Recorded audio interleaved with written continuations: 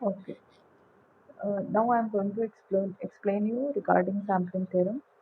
Sampling theorem. Before we do that sampling theorem, we should know three main terms. One is Nyquist rate. Next one is undersampling and oversampling. What is Nyquist rate? Because already in signals and systems we have studied what is sampling and why it is done. Sampling is nothing but mainly converting analog signal into digital signal. So when you are converting that, it depends on the sampling rate. So depending upon the sampling rate which you are choosing, we are going to divide or we are going to discriminate it with respect to sampling rate by three words.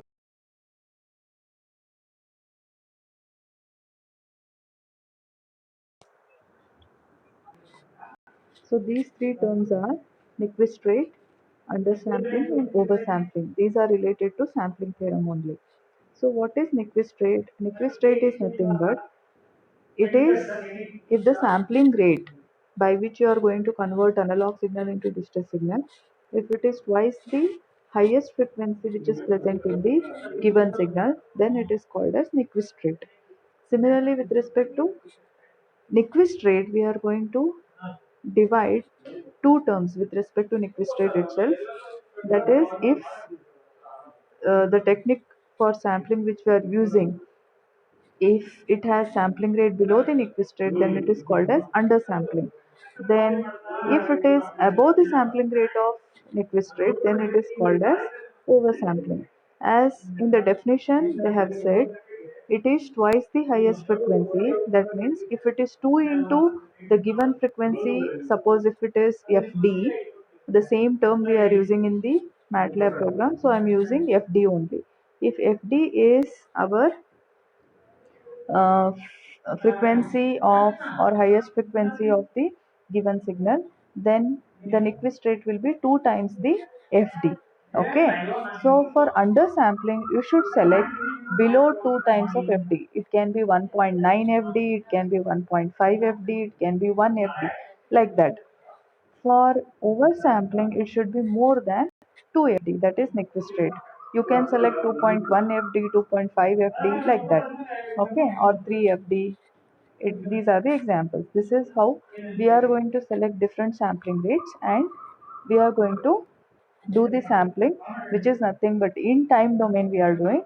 So we are going to convert analog signal into digital signal with respect to different sampling rates. If it is twice the maximum or highest frequency present in the given signal, then it is called as Nyquist rate. If it is below the Nyquist rate, then it is undersampling. If it is above the Nyquist rate, then it is called as oversampling. So with these three basics, I am going to show you the program. You can see the MATLAB screen where I have typed the program, which has got three sections. One is undersampling, which is written with comment line. Okay, first section is undersampling, second section is Nyquist sampling, and the third section is oversampling. And what is the first paragraph? First part, that is it will tell you the signal. First, we should have the input signal, which is analog in nature. Then it has to be sampled, okay, with the different rates. One is under, over, and with respect to Nyquist rate. So first to have, when we start any MATLAB program, three mopping commands should be written. One is CLC, clear command window, then clear all. Okay, and we are going to have a signal having time t final, that is the last frequency or last point of our x-axis in the on the time domain. T final on the time domain, last point is maximum. Final means last point is 0.01. So from where it has to start, the t time axis should start from 0 to t final, which is defined as 0.01, with a gap of 0.00001. You can define it as you want. It means we are going to start the time axis from 0 to 0.1, having 10 sections, equal sections. Next, as I have said you, the maximum analog frequency which is present in the given signal, let us take it as FD, which has to be entered by us only. that is FD. Let us take it as input, and it is the maximum analog frequency.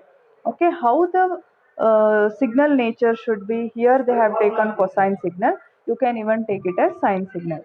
Okay, both are sinusoidal in nature. You can take cos or sine. With respect to that, you are going to sample. So here cos 2 pi ft, you know, cos of omega t, this is how we write the signal. Okay, cos of omega t, omega is nothing but 2 pi f. F should be your maximum frequency of the analog, and that is analog frequency. So now that is nothing but we are going to have one signal as our reference signal, which we are going to sample, okay, with respect to different sampling rates. So now we will have one cosine signal which is starting from 0 to 0.1 with a gap of 0.00001, which will have 10 equal sections. Okay, and this plot is drawn, that is x is cosine, and with respect to time axis, this is the input signal which you will get if you run only this much. Second part you can see here. Now we are going to do undersampling. Undersampling means, I have said you, it should be less than 2 times ft. Okay, here they have taken the sampling rate. Fs is nothing but sampling frequency. Now we are taking it as 1.5 ft.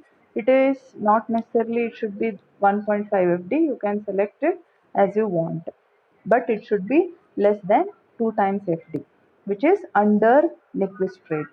So now it is 1.5 FD, which they have defined. Again, for this also x-axis should be defined, because you are going to convert time domain to digital domain. That is, now x-axis will not be time domain, time axis. It should have samples.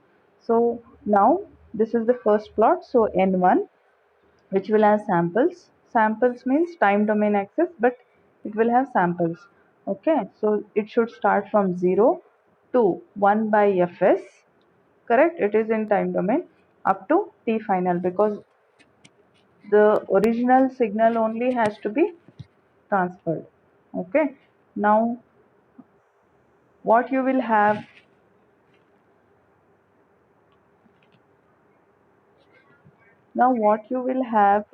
uh, on the y-axis. Y-axis will be again a cosine signal only, but instead of 2 pi ft, you will have 2 pi n1 fd. Okay, instead of t, you will have samples n1. That should be replaced. That's all. So subplot, plot, and title, you know why they have to be used. Subplot is having 3 rows, 1 column. In that first plot you need to draw this, and that plot should be t versus x-axis, wherein it should be in blue. That is, your time domain axis will be in blue, and your digital domain signal will be in red. Okay, this is undersampling. Next one, for Nyquist rate, you know, sampling frequency should be 2 times fd. Here also you need to define what is x-axis, because now you will have time domain, that is, now you will have sampled signal. Now in the second signal, already we have used x, we have used y. Now the third signal we are going to use it as z, represent it as z, which is again a cosine signal only. The same signal you are going to convert with respect to Nyquist rate. Okay, now it should be 2 pi n2 dfd. Okay, now subplot, this plot should be drawn on the same window, having 3 rows and 1 column in the second plot. Now same way we are going to represent. Next, third one is oversampling, wherein the sampling rate should be more than the Nyquist rate. Nyquist rate is 2 times FD. So now for oversampling you should select more than FD, which is nothing. You can select it as 2.5, 3 as you want. Here we have selected 3 times FD. Again here also you need to uh, write what should be your x-axis and what should be your y-axis. The same way it should be drawn in the third plot, which is on the same window having 3 rows and 1 column. Now in the plot section, we are going to have two plots at the same time, wherein in everything, in every sampling, in every section, T versus X will be in blue color only. After sampling, all the signals will be represented in red color. So when we run the program, how will it look? I will show you. I hope you can see the graph now. See, the first section is, I will just zoom it. You can see the title. First plot is undersampling.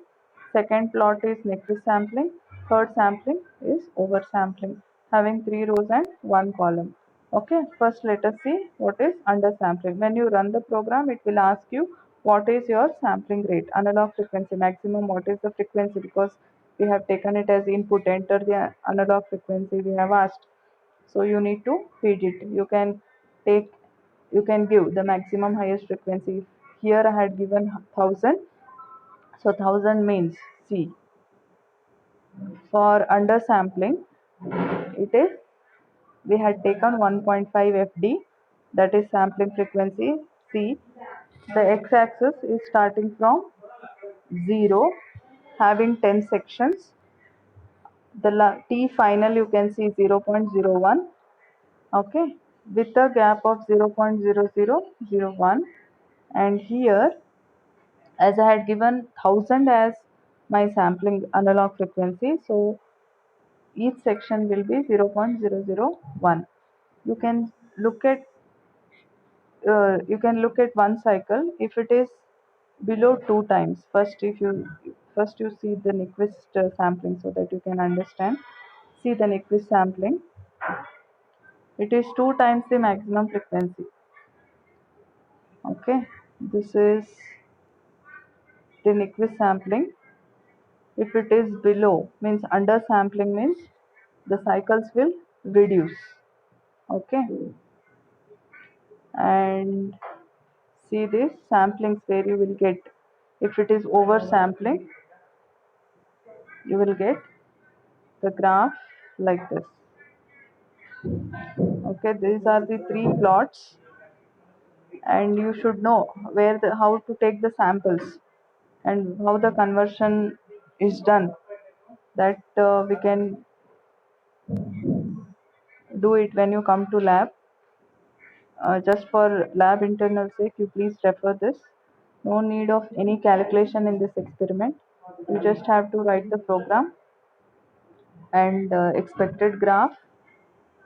Okay, and how to take up the samples and all, I'll tell you when you come back to laboratory, because here I cannot explain, and the time is also very less, and so you need to write. You should know how the program is written, what is Nyquist rate, what is undersampling, what is oversampling. These are very important terms to deal with. I hope you will understand from this.